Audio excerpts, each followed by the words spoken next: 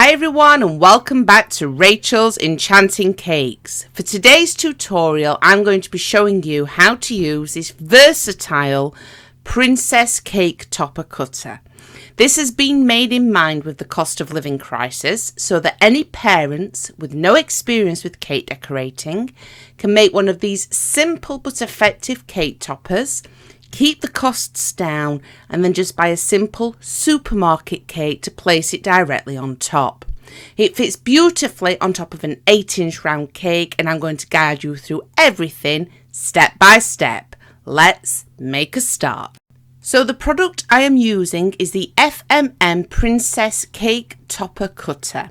These are not expensive. At the time of recording, I did find one for £6.50, but please do shop around. And remember, they can be used every year to make different types of princesses.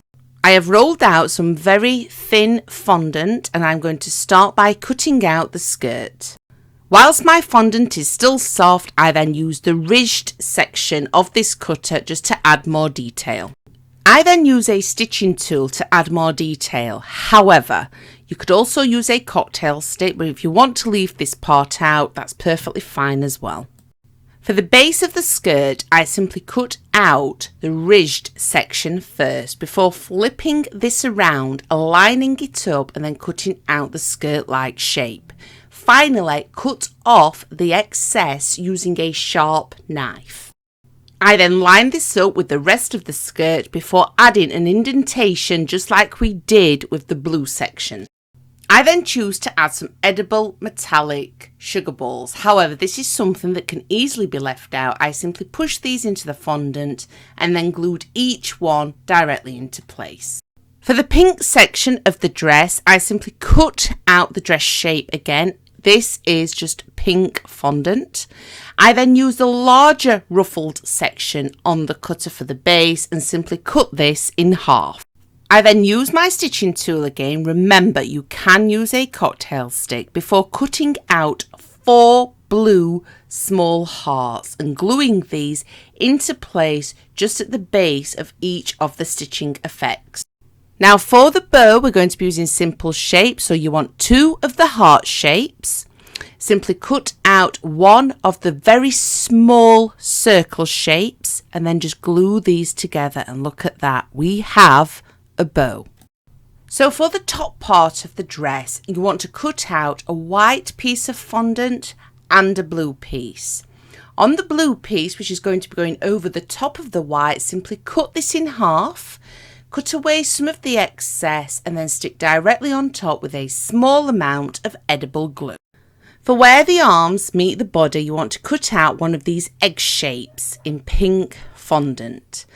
Simply cut this in half, and then if you choose to, you can use a stitching tool to add more effect, or again a cocktail stick.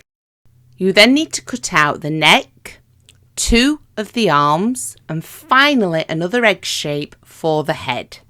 This is what you're wanting to achieve, and all of these pieces are now going to be left to set.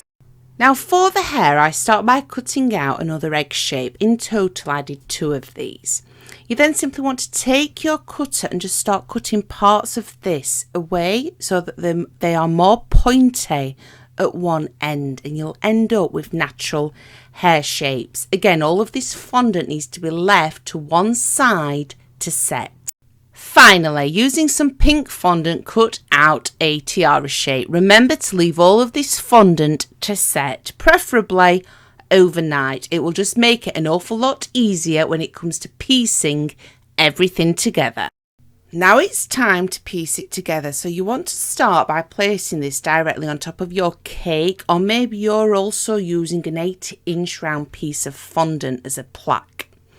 I place it on there first just so it's central before adding the edible glue. The last parts to add are the hair and the tiara, and then I'm going to show you how easy it is to create the eyes and mouth. So for the eyes, I am using a food pen. However, this is not necessary. You can easily purchase some cheap black food colouring from the supermarket and just use a very fine brush. This can be a little bit nerve-wracking. Even I've been decorating cakes for 9 years and I hate painting directly onto a cake. So if this is the case, you could maybe leave the head off the cake and just add all of the body in case you go wrong, because then you can just cut out another egg shape, or practice on some paper first. Now you don't need to add a mouth. I'm using a heart cutter which you may not have in your collection. You could paint on a mouth, but this isn't always necessary. I then simply shaped the heart slightly with my hands and just pushed it together a little bit more until I got the desired shape I wanted before sticking this on with some edible glue. And there we have it. It really was as simple and as easy as that, cost effective, and it can be used all year round. Happy baking everyone, and I'll be back soon with more new, completely free content.